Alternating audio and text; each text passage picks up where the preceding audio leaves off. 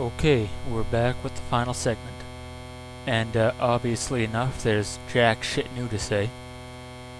Um, Quite a few people who've been following my vids for a while now, and yeah, they do exist by the way, they've been asking me what exactly my favorite game in the series actually is, seeing as how I play the ever-loving shit out of mostly all of them. And I'm not too sure why anyone would be interested in hearing that tripe, but I got damn near 15 minutes of time to kill, so I might as well fucking talk about something. I hate to give a cliched answer, but if you ask me what my favorite X game is, I'm gonna have to tell you it's the original. And that's cause right through to X8, the first Mega Man X is the one that most feels like a natural progression of the original games. You kinda have to remember back to when the SNES was first coming out, and it was plastered over fucking everything. The kids were a little older, and this new console came along, and it promised bigger, better, more badass gaming. And all any kid wanted to know was, you know, what kind of awesome makeovers their favorite games and series had undergone to make the change to the new system. Mega Man X is pretty much the poster child for pulling a transition like this off properly. You know, right up from the opening scene, you know you're in for something completely different than what you're used to. Your first image is of all these weird new specs and abilities being shown over a new version of Mega Man X, and you know, what made something cooler than throwing a fucking X in front of it back then. Dr. Light gives his little diatribe about this new advanced robot created to usher in a new era, and you're thinking, fuck yes, because this is exactly what we all wanted from the SNES. Something cooler and something fresh. One of my most iconic memories as a gamer is going through the intro stage for the very first time. Everything had a more somber and serious look to it. They had that 90s cool MIDI guitar that was pacing the action, and you had flashier, more deadly firepower than ever before. I got a real kick out of finding you could climb the walls in that first pit way back then. Like, fuck this shit. I don't need to put up with some lame-ass trap he gave me so much trouble with in the NES games. The big moment everyone remembers, though, is the introduction of Violent Zero. Out of nowhere, there's this invincible asshole kicking the ever-loving shit out of you, and there's nothing you can do about it. You're thinking to yourself, what the fuck, right? When did Mega Man become such a pansy? You're gonna get killed by fucking Boba Fett. Then one of the great classic themes of video games start up, and Zero blows the fucker's arm off with one blast. Now you're thinking, why can't I do that shit? Then Zero gives his little speech about attaining your potential, and there's a mood set into the rest of the game that no other X game has, and that's a real sense of scope. Mega Man X truly did give you a constant sense that you were seeing dangers and enemies tougher than anything you were used to, and you were going to need to match that threat by obtaining skills and powers you'd never before seen, you know, during the more carefree, like, Saturday morning cartoon tone that the original 6 games kind of conveyed. The game does an excellent job of taking the basic Mega Man mechanics at the offset and quickly showing you they just aren't going to cut it.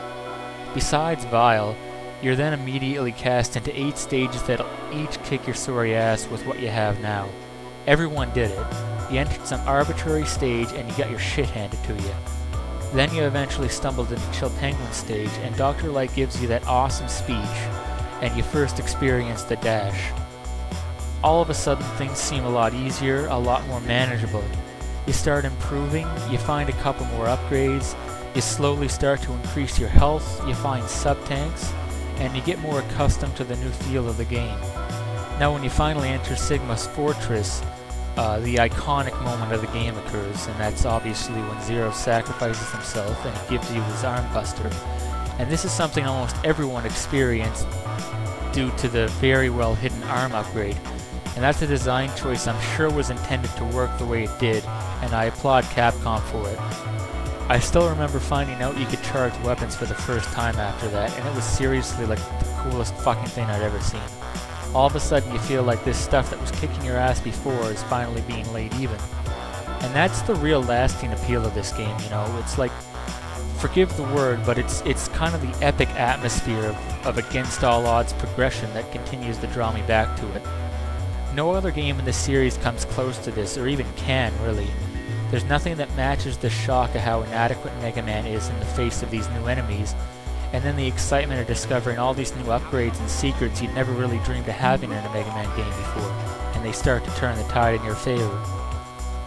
The underdog standing against an army is like a constant motif in Sigma's Fortress, and the mood and music gradually grow creepier the deeper you get. There's a sense of threat that's not really present in any other game in the series, even as early as X2, because by then we already know X is badass enough to handle the threat. It's all about going through the motions. You know, with the original, we aren't familiar with X yet, and he's not familiar with himself or his own potential. We don't know that he can handle the challenges ahead. And it's really more than just nostalgia, or the benefit of playing it before all the other games. It's a combination of the mood, the music, the stage design, the layout, and the gradual progression of things that continue to, really invoke this scale well into the present, no matter how many times you play through it. It really is Mega Man 1's successor in this regard. And I know this is a really fanciful reason to call it the best game, but I stand by it, and it definitely holds the most appeal to me after all this time. X2 is the next one in line, mostly because it's easily the most action-packed of the 8 games. Everything's a little faster and more in-your-face in X2, you know, from the more classic rock-oriented soundtrack to the gameplay itself. Stages are laid out a lot smoother than they were in the original X, and obviously designed with speeding through as fast as you could in mind. You know, shit like the Ride Armor and the Land Chaser make their first appearance here, and they're welcome additions to the series, as is the Air Dash, I guess. Although it does stand as like the easiest X game, it also manages to kick your shit in a few times when you first encounter the X-Hunters as a kid. Violin killed you outright before you even knew what the fuck you were doing in a boss room so early in the stage, and he had no idea about exploding AI and all that fancy bullshit back then, so surges filling the entire screen with loads of projectiles at once was just fucking frightening. Mostly though, X2, it really feels like the most polished of the 8 games.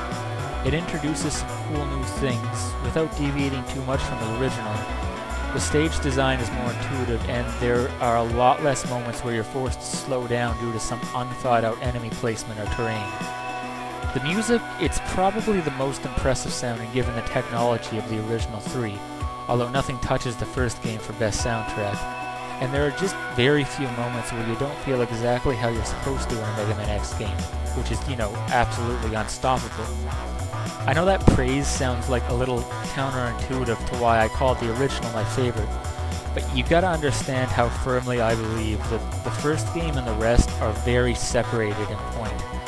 Like I said, the original is all about facing down a bigger threat than you're used to seeing and acquiring the skill and power necessary to overcome it. In the other games, X has already proven he's got what it takes. Now it's about pure adrenaline and taking control of X and doing what he does best, which is kicking the shit out of everything fast. Without exception, all the later games in the series have experimented, and, you know, while they succeed sometimes, they more often than not make some downright baffling design choices, and a lot of things are left half-finished, and that includes X3 and 4.